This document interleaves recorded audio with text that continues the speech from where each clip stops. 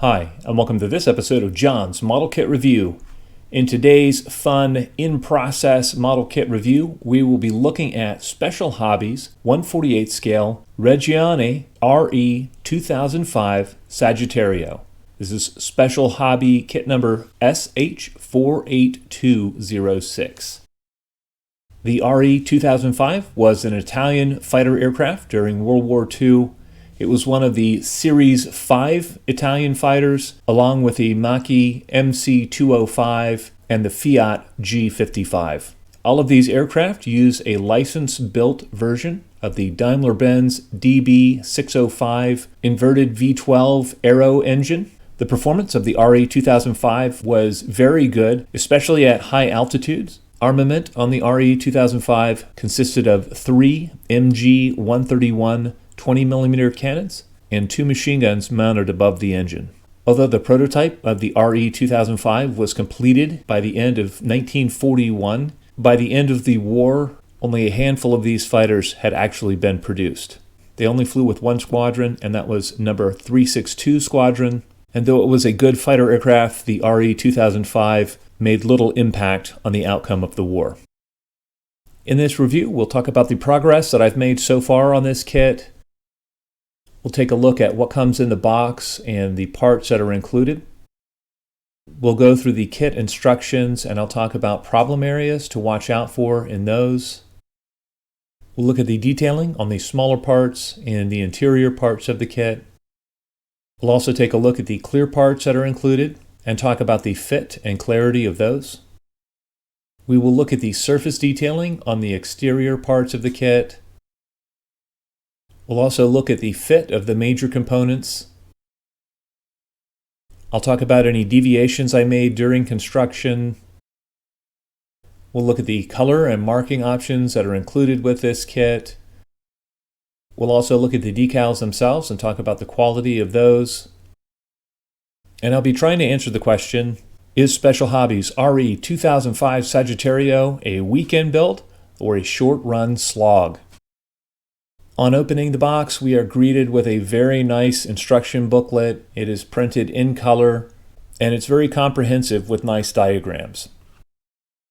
There are 4 sprues of gray plastic parts, as well as a sprue of clear parts, and a nice-looking decal sheet. Looking at the instructions, step 1 through 3 deal with the construction of some of the cockpit parts. The engraved detail on these parts looks really nice. Even the 2-piece seat went together very nicely, as you can see here. I like the fact that there is a decal to go over the raised detail on the instrument panel. Steps 4 through 6 continue on with the construction of the interior bits.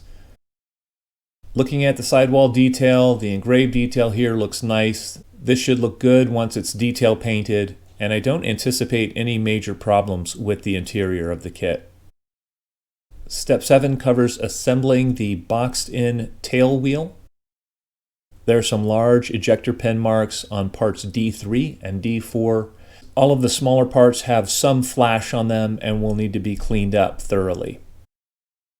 In step number 8, we are installing the cockpit into the right fuselage half. We're also installing the tail wheel assembly.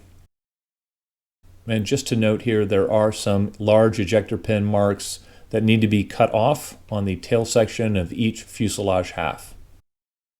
In step number 9, we're joining the fuselage halves and installing the tail planes and the engine intake and the front gun cover.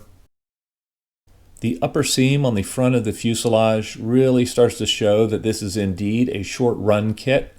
This seam is going to take some putty and filing and sanding to get it smooth and then to restore any detail lost in the sanding process. The seam on the tail and behind the cockpit actually looks a lot better, and the fuselage seam under the tail of the aircraft doesn't look bad either. I have glued one tailplane in place, and it took me quite a bit of time to get the fit on this correct. I had to file the fuselage half and the tailplane itself to get a nice fit. You can see in this picture I used a clear coat bottle for a vertical reference as the tailplane was drying. The machine gun cover on the nose of the aircraft lacks some detail. I will drill holes for the machine gun barrels before installing this part. In step 10, we're assembling the prop and installing that on the aircraft. We're also installing the clear parts. The clear parts themselves look great. I don't anticipate any problems with these. The framing is petite and well defined. The fuselage itself may require some cleanup when fitting these parts. You can see the exhaust in this picture and the flash that needs to be cleaned up on those. Moving on to step 11, I found this step to be very confusing.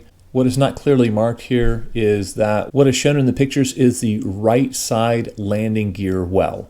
Even knowing that, I'm not 100% sure that all of the parts are correctly labeled in this diagram. I was able to get the landing gear boxes assembled, but for me this step was far more confusing than it needed to be. One thing that makes this confusing is you have to refer back to the diagram to see the numbering on the individual parts. In step 12, we're attaching the landing gear parts to the gear bays. Since I had already installed the front of the gear bay, and that's parts D11 and D12, I wanted to make sure that I could successfully install the landing gear parts. Even with the landing gear box completely built up, the landing gear parts installed very easily, and I was able to get the landing gear properly oriented. Again, you just have to take your time here. All of these parts need cleanup, but I wanted to make sure I could get this together using this construction sequence before telling you guys to do it this way. Step 13 has you mounting the rest of the landing gear struts and supports. Again, all of these diagrams are for the right side landing gear well. These parts position the landing gear angle. You want to take your time here and get this step correct. I temporarily installed the landing gear wells on the lower wing just to make sure that part C47 fit correctly and had clearance through the landing gear opening. In step 14, we're mounting the landing gear wells to the lower wing and we're attaching the upper and lower wings. I deviated from the instructions here by gluing the upper wing to the fuselage halves first. I was able to get a pretty decent wing root fit, although this joint still needs a little bit of cleanup. In step 15, we're joining the wing and fuselage assemblies. This joint is going to take a little bit of cleanup and dry fitting, but if you take your time, I think you'll be able to get a good fit in the end. Step 16 and 17 just cover the radiator assembly and mounting that to the underside of the wing. And after a little bit of dry fitting and cleanup, it looks like the radiator cover will fit very, very nicely, and this should look fine on the finished kit. Step 18 covers the main wheels of the kit. The detail on these parts actually looks pretty nice, and I don't anticipate any problems here. In step 19, we're mounting the final landing gear doors. On parts D25 and D26, there is a prominent ejector pin mark that needs to be cleaned up on the inside, as well as two major sinkholes that need to be cleaned up on the outside. Looking at the painting and marking guide, there are 4 marking options included with this kit that are in the dark olive over light blue. The first 2 options are for a 362 Squadron aircraft. The third marking option is for an aircraft that flew with the pro-German Italian forces after Italy's capitulation. And the fourth marking option is for an aircraft that flew with the German Luftwaffe in October of 1943. The decals themselves look nice, they look to be opaque, they're in register, and I don't anticipate any problems with these, although some of the carrier film has come off of one of the German crosses already. Looking at some historical photos of the RE2005, we can see that the paint wasn't super flat on these aircraft. It was somewhat shiny, and these pictures are invaluable in the weathering and painting process. Looking at the surface detail on the kit, what is there seems fairly nice. There are some inconsistencies in the panel line engraving.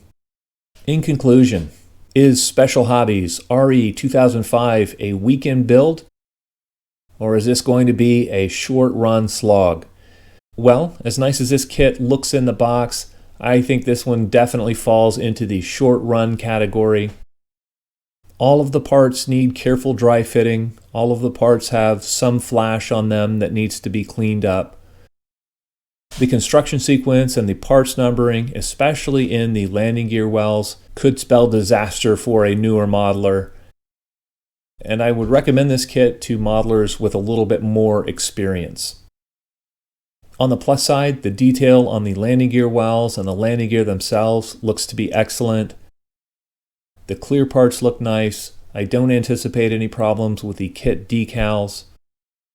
And I think the finished product is going to look really nice on the shelf. Well, I'd love to know what you guys think. If any of you have built Special Hobbies Re.2005, please feel free to comment in the comment section below. As always, I hope you found this video entertaining and informative, and until next time, model on.